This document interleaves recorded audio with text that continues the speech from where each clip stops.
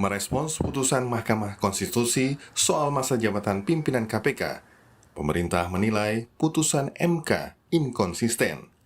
Menko Polhukam Mahfud MD menjelaskan, dalam beberapa poin, pemerintah kurang sepakat terhadap putusan Mahkamah Konstitusi tersebut. Namun, pemerintah mengaku akan tunduk dan patuh terhadap putusan MK karena final dan mengikat. Dalam beberapa hal pemerintah kurang sependapat dengan putusan MK, tetapi yang lebih prinsip di atas kekurang sepakatan itu adalah pemerintah harus tunduk pada ketentuan konstitusi bahwa keputusan Mahkamah Konstitusi itu final dan mengikat.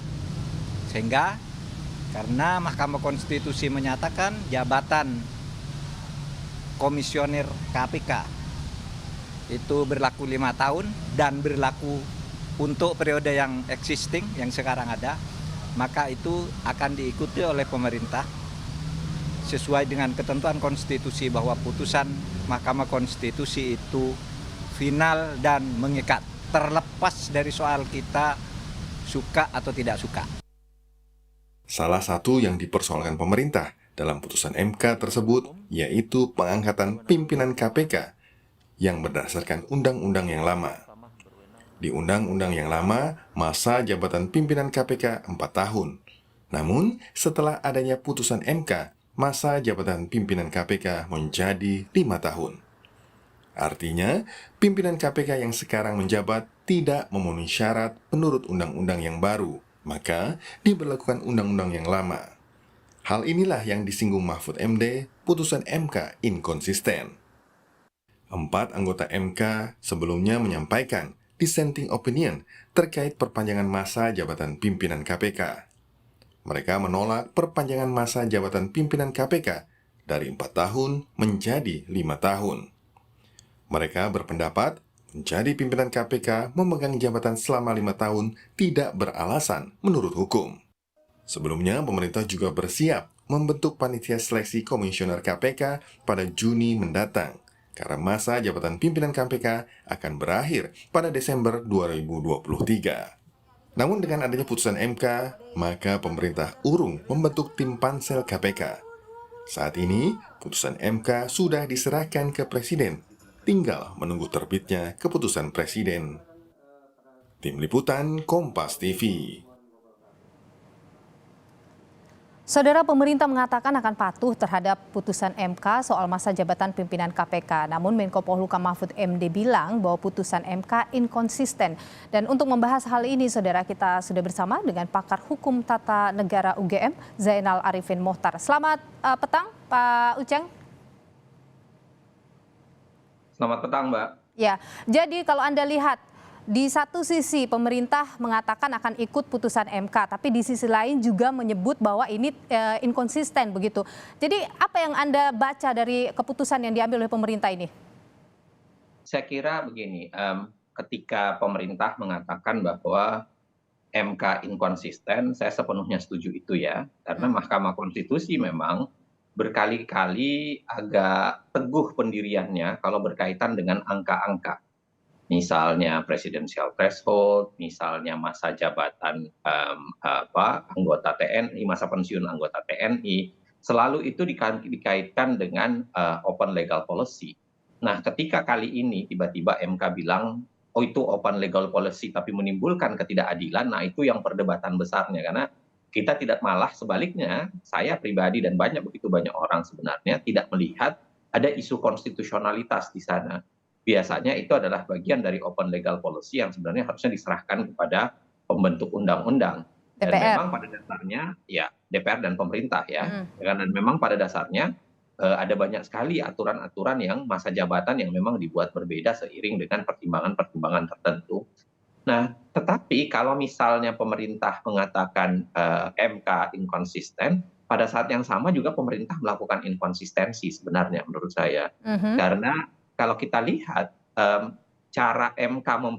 cara pemerintah memperlakukan putusan MK itu agak berbeda. Saya kasih contoh misalnya putusan MK soal cipta kerja. ya dalam putusan MK soal Cipta Kerja itu dikatakan bahwa undang-undang itu batal sementara waktu dalam konteks konstitusional konstitusional bersyarat selama 2 tahun, dan itu tidak bisa dipakai untuk hal-hal tertentu. Tetapi kemudian pemerintah kan tetap memakai saja gitu. Oke. Dan ada perbedaan mendasar penafsiran yang kita lakukan, yang begitu banyak orang lakukan, bahwa sebenarnya Cipta Kerja tidak bisa dipakai, tapi pemerintah tetap kekeh menggunakannya. Pemerintah malah juga menjauh dari putusan MK. Putusan MK mengatakan bahwa itu harus diperbaiki dengan menguatkan prinsip prinsip partisipasi publik, tapi pemerintah malah mengeluarkan Perpu. Nah, saya kira perlakuan yang sama, perlakuan inkonsisten itu terjadi di putusan KPK. Kenapa kali ini pemerintah itu malah pergi bertanya ke MK gitu? Kenapa pertanyaan yang sama itu tidak terjadi ketika putusan Cipta Kerja misalnya?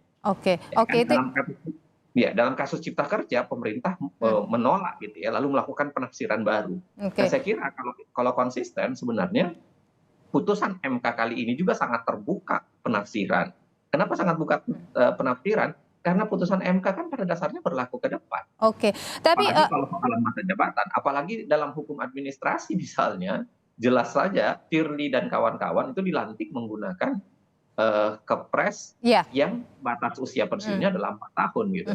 Pak Uceng, kalau misalnya Presiden harus menerbitkan Kepres misalnya soal ini, apakah biasanya itu ada analisanya dulu begitu? Ya, yang namanya keputusan adalah keputusan ya. Yang namanya keputusan itu paling bagian pertimbangan, lalu kemudian bagian memutuskan. Dan saya kira paling pertimbangannya adalah bagian dari putusan MK. Kalau misalnya di MK sendiri ada dissenting opinion antara hakim MK begitu, apakah itu juga bisa jadi bagian dari analisa itu, pertimbangan itu? Sebenarnya begini, kalau kita bicara dalam sebuah putusan yang mengikat tentu saja amar. Dan yang mengikat dari sebuah putusan adalah amar, dan amar itu kan terdiri dari 5 orang yang kemudian mengatakan bahwa putusan masa jabatannya diperpanjang. Tetapi kita bisa berdebat soal masa berlakunya. Kenapa? Karena itu tadi, sebenarnya kalau kita baca putusan MK, nggak ada juga yang serta-merta mengatakan bahwa putusan ini harus berlaku sekarang. Hanya ada di bagian pertimbangan yang mengatakan karena ini akan segera dibentuk pansel untuk tahun berikutnya, maka segera kami putus. Tetapi memberlakukannya itu kan tidak diatur oleh putusan MK. Artinya apa? Sebenarnya terbuka penafsiran.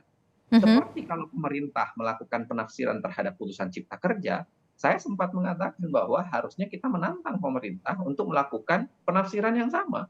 Penafsiran terhadap putusan MK sehingga dia bisa menjalankannya, tapi diberlakukan untuk KPK berikutnya, bukan KPK sekarang. Jadi ini tidak bisa diberlakukan yang sekarang ini, pimpinan KPK sekarang kalau menurut Anda?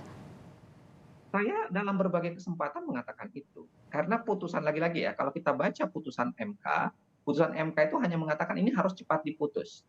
Karena akan ada proses pergantian.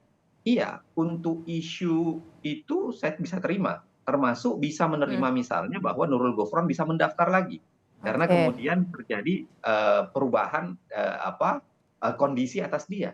Tapi kalau bicara soal masa jabatan itu komplikasinya banyak. Satu misalnya yang saya bilang tadi, SK pengangkatan Firly CS itu SK 4 tahunan, bukan SK 5 tahunan. Dan SK itu harusnya diselesaikan baru kemudian dilakukan proses Kepres yang ada sekarang. Jadi maksud saya adalah sangat terbuka sebenarnya kemungkinan bagi pemerintah untuk menafsirkan bahwa ini diberlakukan ke depan. Tidak dengan pimpinan yang sekarang, begitu ya? Tidak dengan pimpinan sekarang. Baik, pakar hukum. Lalu kemudian ke depan ya berlaku 5 tahunnya, karena pada dasarnya putusan MK memang berlaku prospektif ya, berlaku retroaktif. Baik. Pakar Hukum Tata Negara UGM, Zainal Arifin Mohtar, terima kasih sudah berbagi pandangan di Kompas Petang. Sehat selalu.